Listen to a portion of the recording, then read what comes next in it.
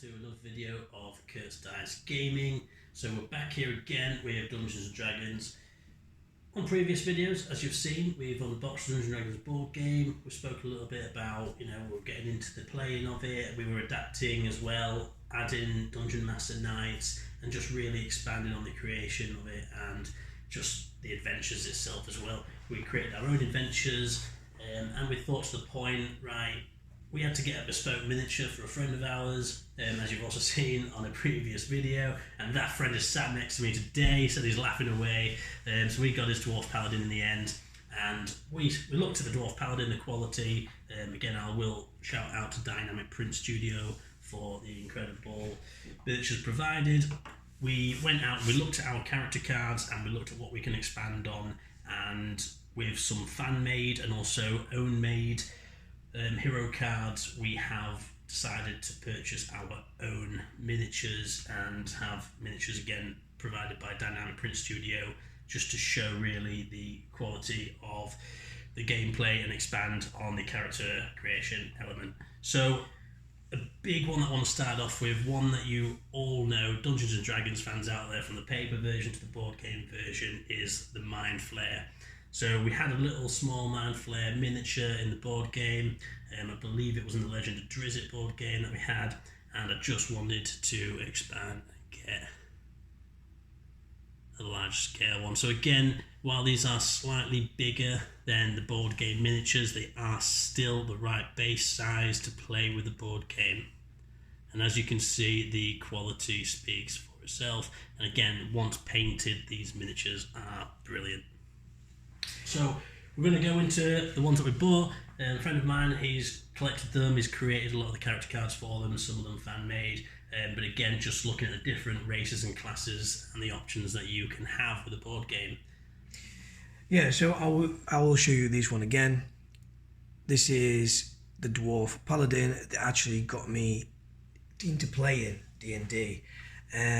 It's quite incredible the detail that these dynamic prints actually have.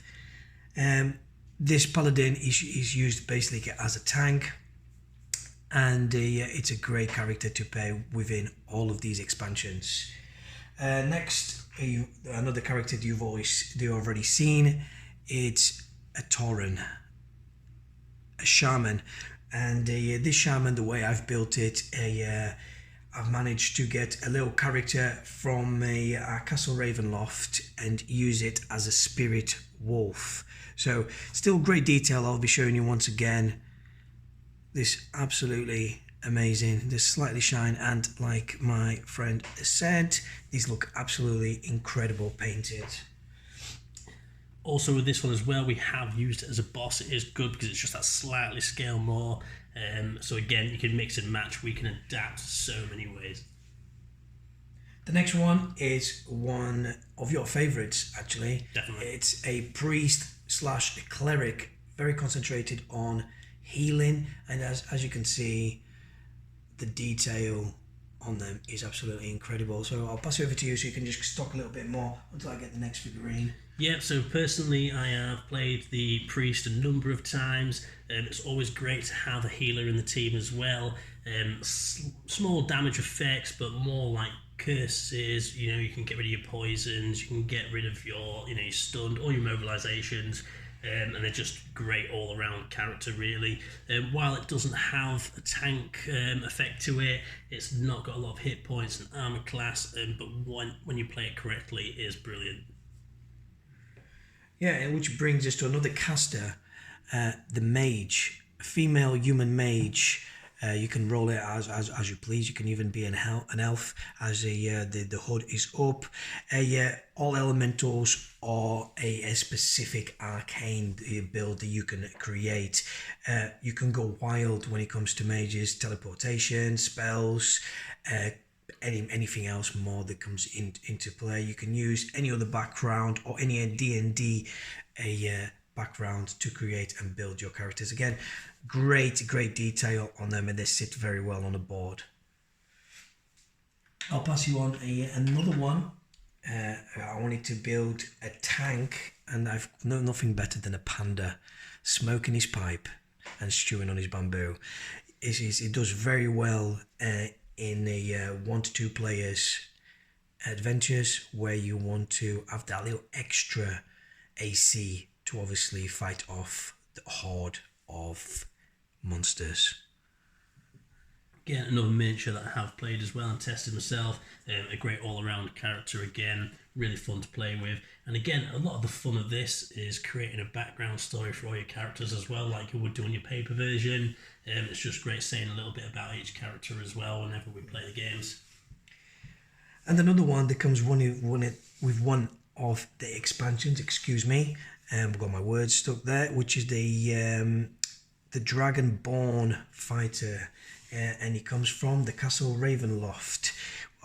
Like previously we've said, we've upgraded the character, and it is just showing you the details, the flames on the sword and all the detail around it, even on the armour and even on the face. I'm just trying to get it to zoom in there, guys. Literally absolutely incredible. I have seen one of these painted.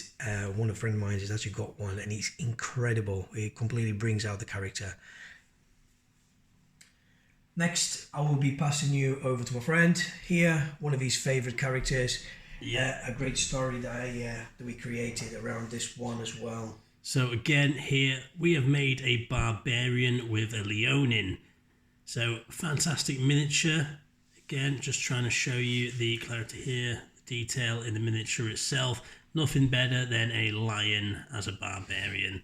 Really fun to play. So the way we went for this barbarian is we focused on a rage element. So while it had sort of medium level armor class, low hit points, the more damage dealt to the barbarian, so the lower the hit points got, the stronger your attacks become, and also had some good buffs as well that assisted your allies. So again, another all-rounder, really focusing on that.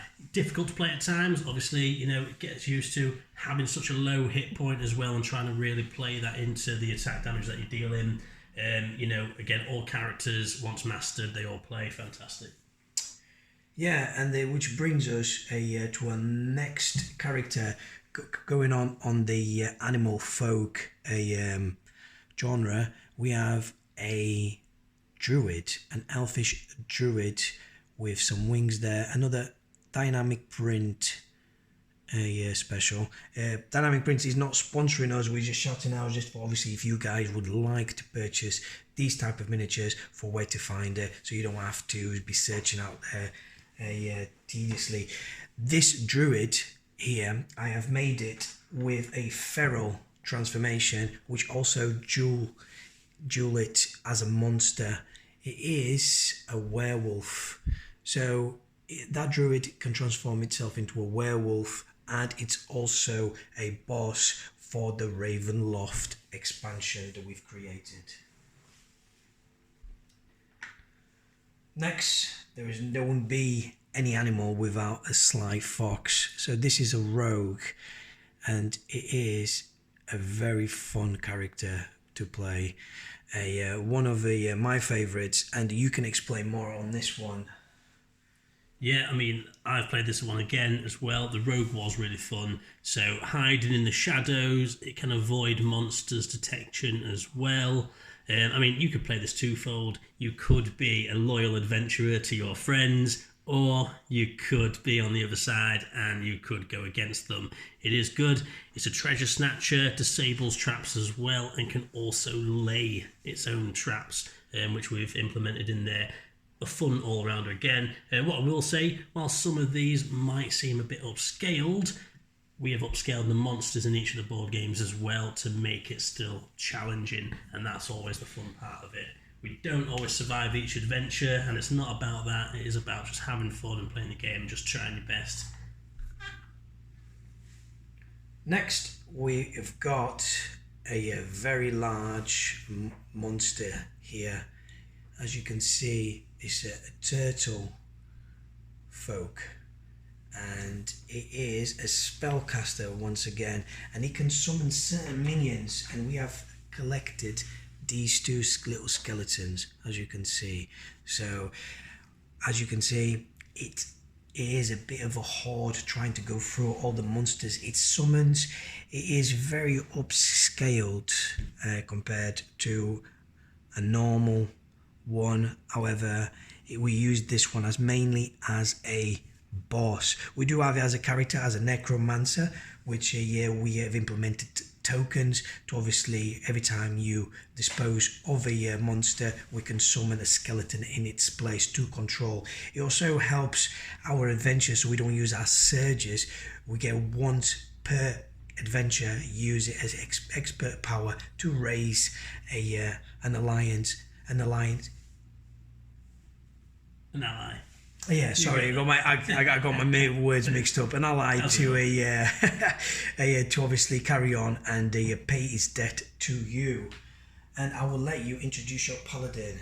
Yep. So this paladin here, this one I purchased from Etsy itself. So again, I just wanted a paladin. I really enjoy playing paladins. It's my favourite characters. And I got this one as well. Again, created the character cards for this, so it has some long range attacks with the spear. But I've gone for sort of not so much as a tanky paladin, but more of a team player healer paladin, which I really enjoy. Then again, I mean, a lot of characters here that keeps us busy, keeps us on our toes, and I like to play a different character most of the time as well. Try and master them all, if you will, and just sort of get an all balanced gameplay. Yeah, and you're right about it. It's all about making a world that we're going to play. We have quite a lot of friends that are interested in this game and this adventure. And the adventure that we're building at the minute with all of these characters, their story matches our world environment. And we have to do quite a lot of stuff to unlock our environment with these characters. And one of them that is very specific in our adventure that's going to take a big part is this one. It's a warlock and it's a raven lord. So it's going to take a massive part in our next campaign, which we have not disclosed to the rest of the group, obviously, and we'll look forward to doing that as well. Yeah, so just touching on that as well, we had spoke about adding the Dungeon Master Knights to the gameplay of board games, and it has been so much fun. So as a Dungeon Master as well, the fun part about making the background stories of all these miniatures is bringing it into a world that all links together and interacts with each other as well. So we've had the Dungeon Master Knights, where we've had the different characters interact with each other, and even we've had like the NPC miniatures as well. We can just interact with your merchants and your different quest givers, and it's been really fun and enjoyable. So moving on to the next one, we have a Ranger. Now again, I love this miniature, absolutely brilliant. I have seen these painted as well, and they are fantastic. But as you can see there, it's quality and the detail. So the Ranger was quite fun. We went for sort of a bit of an upscaled Ranger. It can do long distance, but again, we have scaled it fairly regarding the armor class and the hit points being lower. But also an element that's really fun to play with the Ranger is it's not just about damage. We have different types of arrows that can do sort of immobilization, poison, trapping, all different kinds of things. So while it won't do damage, it will have you would implement different things like that, and it would just be so much more fun to play.